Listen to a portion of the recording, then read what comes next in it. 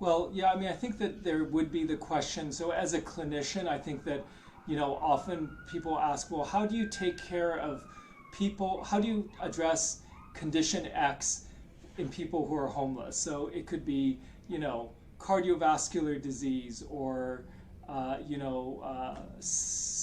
cellulitis or seizures. There's so many conditions, COPD. There are many health conditions that people think, oh, there must be something special about how do you address this clinical condition when the patient is unhoused.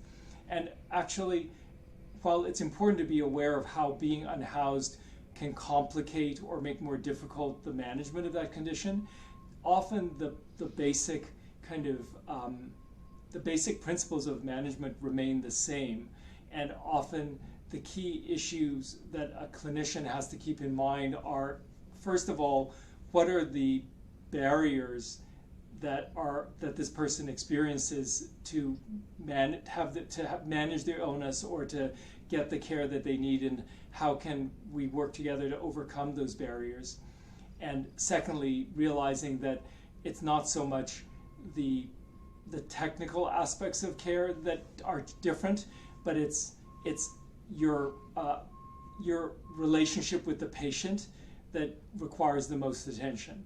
And it is it's an area that we don't talk about a lot at least in medicine. I mean, I think probably it's talked about more in nursing than in medicine, but in medicine, there's a huge emphasis on knowing, how do you treat this condition? What are the 10, what are the medications, surgical approaches, preventive measures that one can initiate in order to treat the condition, and not enough attention to how do you make the patient feel when you talk to them?